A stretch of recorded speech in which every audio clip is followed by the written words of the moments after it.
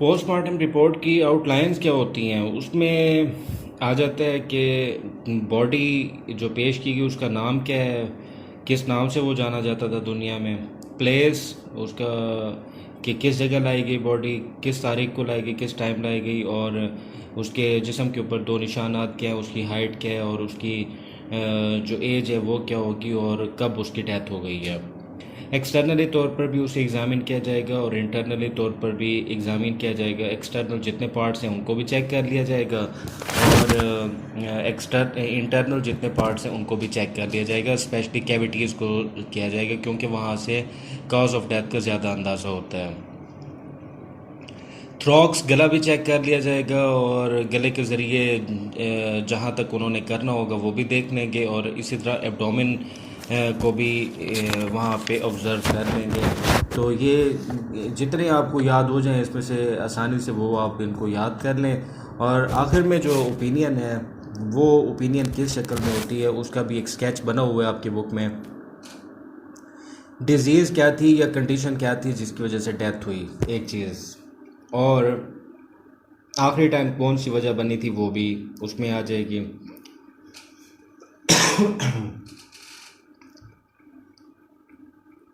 वो कोई इंजरी भी हो सकती है, वो कोई टेंशन भी हो सकती है, वो कोई और तरह की कोई वूंड भी हो सकती है, कोई फायर, कोई एक्सप्लोजन, किसी भी तरह का कुछ हो सकता है। आखिर में डेट डाल दी जाएगी और मेडिकल ऑफिसर के सिग्नेचर कर दिए जाएंगे।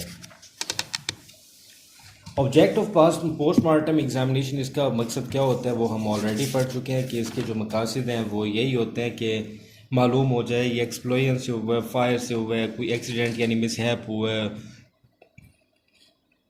फ्लड की वजह से हुआ है, या कोई फुल प्ले हुआ है, या अननोन बॉडीज़ को भी अगर मालूम करना हो तो उसके लिए भी यही होता है।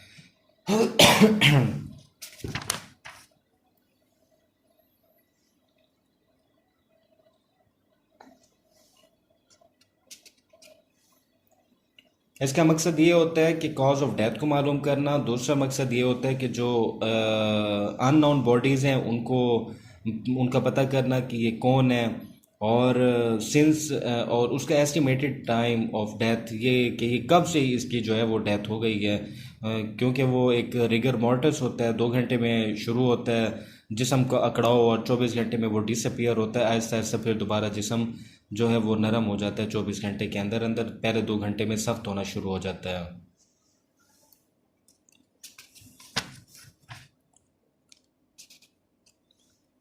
और पोस्टमार्टम का एक और मकसद भी होता है, कॉस्मेटिक पर्पस के लिए भी लाई जाती हैं बॉडीज़।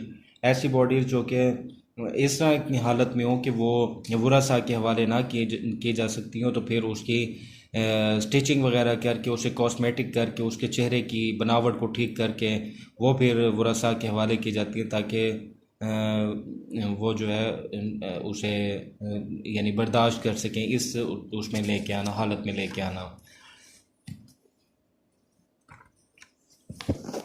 पोस्टमार्टम रिपोर्ट की कंडक्ट कैसे होता है और इसका क्या मकसद होता है। पोस्टमार्टम रिपोर्ट उस वक्त होती है जब कोई होमिसाइड होती है, यानी कि किसी कत्ल इंसानियत हो, सुसाइड, जो बंदा खुद अपने आप को मारे, एक्सीडेंटल कोई हादसाती मौत, या सस्पिशियस डेथ, यानी एक ऐसी डेथ है जिसका अंदाज़ा नहीं हो रहा कि ये किस वजह से इसकी डेथ हुई है, वो मशकूक है।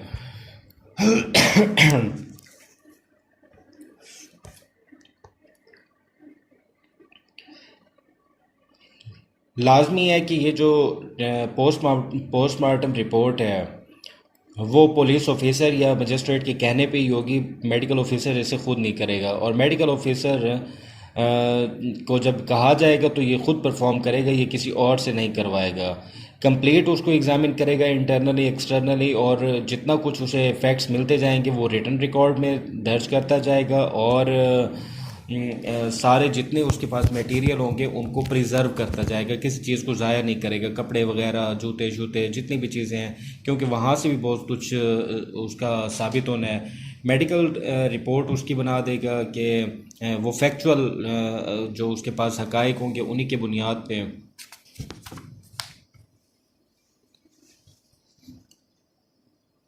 मेडिकल रिपोर्ट जो है वो डे लाइट में होनी चाहिए, रात के वक्त में नहीं होनी चाहिए। मेडिकल रिपोर्ट पुलिस को फिर लाजमी देनी चाहिए ताकि वो उसे पढ़ के उसको उस हवाले से अपनी तैयारी भी कर लें। किसी भी तरह की कोई ताख़ीर नहीं करनी चाहिए, फौरी तौर पर उसे परफॉर्म करना चाहिए। कोई जिस टाइम उसे परफॉर्म किया जा रहा हो तो अनऑथोराइज पर्सन वहाँ पे कोई मौजूद ना हो। बड़ी जो ग्रेट कैविटीज़ हैं, 3 कैविटीज़, उनको ले लिया जाता है, वहाँ से उसकी कॉज ऑफ डेथ को मुय्यर किया जाता है। इसी तरह उसके कपड़े, उसकी बॉडी के फ़ोटोग्राफ्स ले लिए जाते हैं जो उस वक्त उसकी कंडीशन होती है।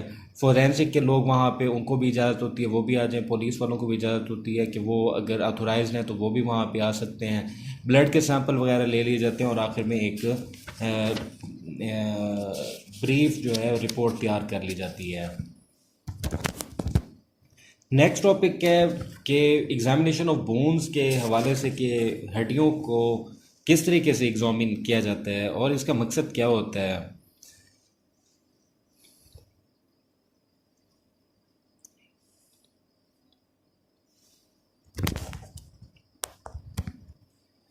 इसका मकसद होता है कि एक तो पहले नेचर ऑफ बोन्स मालूम करने के लिए कि ये किस नौइयत की हड्डियाँ हैं, यानी ये फितरी लिहाज से चौड़ी हैं, ये हड्डियाँ लंबी हैं, या इनका जो है वो इनसे एज वगैरह मालूम करने के लिए या उसकी जिन्स मालूम करने के लिए, क्योंकि बाज़ का सिर्फ हड्डियाँ आती हैं जिससे फिर जो है वो मालूम करना होता है कि ये जो हड्डियाँ मिली हैं अननाउन हैं, ये किस चीज़ की हैं, किसी इंसान की हैं या जानवर की हैं। फिर इंसान की हैं तो ये मेल की हैं या फीमेल की हैं, किस इलाके से ये ताल्लुक़ रखता होगा, ये सारी चीज़ें उसकी खोपड़ी और उसकी हड्डियाँ वगैरह लेके वहाँ से मालूम की जाती हैं। एज भी मालूम हो जाती है इसी से, और जो उसकी कॉज ऑफ डेथ है वो भी मालूम हो जाती है। इसी तरह उसकी जो जिन्स है उसका भी अंदाज़ा इन हड्डियों से लगा लिया जाता है। नेक्स्ट टॉपिक है मेथड ऑफ फिंगरप्रिंट्स के हवाले से कि फिंगरप्रिंट्स को किस तरीके से लिया जाता है, क्योंकि ये एक तरीका है जिसके ज़रिए किसी शख्स की आइडेंटिफिकेशन होती है। किसी इंसान के दूसरे इंसान से नहीं मिलती और एक इंसान के अपने दूसरे हाथ से भी नहीं मिलती। ये जो हाथ के उंगलियों के बल्ब होते हैं ये सब के डिफरेंट होते हैं। जैसे ही हम किसी चीज़ को हाथ लगाते हैं तो हमारी जो स्किन के अंदर से मॉइस्चरिंग निकल रहा होता है उसका असर जो है वो फ़ौरन वो पेपर है उसके ऊपर आ जाता है। कोई अगर दरवाज़ा है पेंट किया हुआ उसके ऊपर आ जाएगा, वो महफूज हो जाता है एक मखसूस टाइम तक। बहुत पुराना तरीक़ेकार है जिसको नस्लों से फॉलो किया जा रहा है। 4 किस्म के पैटर्न होते हैं। एक होते हैं ये जो बल्ब होते हैं इनके 4 किस्म के पैटर्न होते हैं हर इंसान के।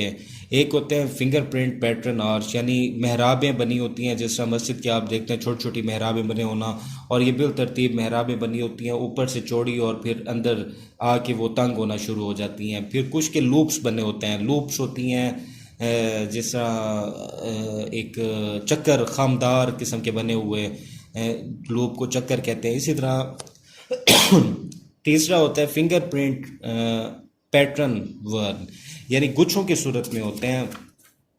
गुच्छे बने होते हैं सर्कुलर डिज़ाइन के जिनके रिजेस जो है वो इंटरनली एक्सटर्नली वो एक ही सर्कल में घूम रहे होते हैं। फिर फिंगरप्रिंट पैटर्न कंपाउंड जिसके अंदर पिछले तीनों जो है वो उसके अंदर पैटर्न इस्तेमाल हो रहे होते हैं या 2 पैटर्न इस्तेमाल हो रहे होते हैं। ऐसे हम जो फिंगर प्रिंट्स होते हैं ऐसे पैटर्न को कंपाउंड प्रिंट्स कहते हैं।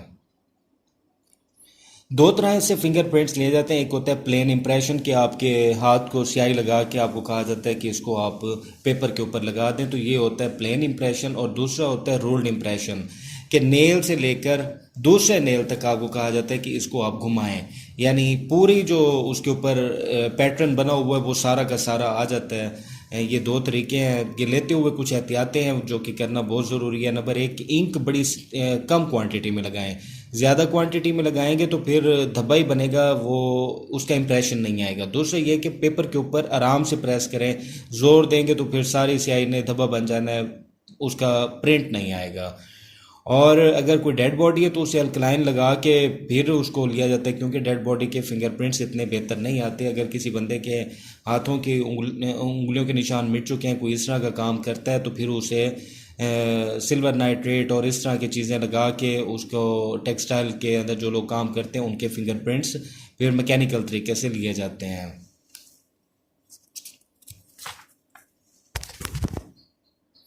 क्यूएसओ में इसको सेक्शन 59 डील करता है, जिसके मुताबिक इसकी हैसियत एक करॉबोरेशन की है। अगर हालात व वाक़यात इसके साथ जुड़ते गए तो ये बड़ी इंपॉर्टेंट हो जाएगी।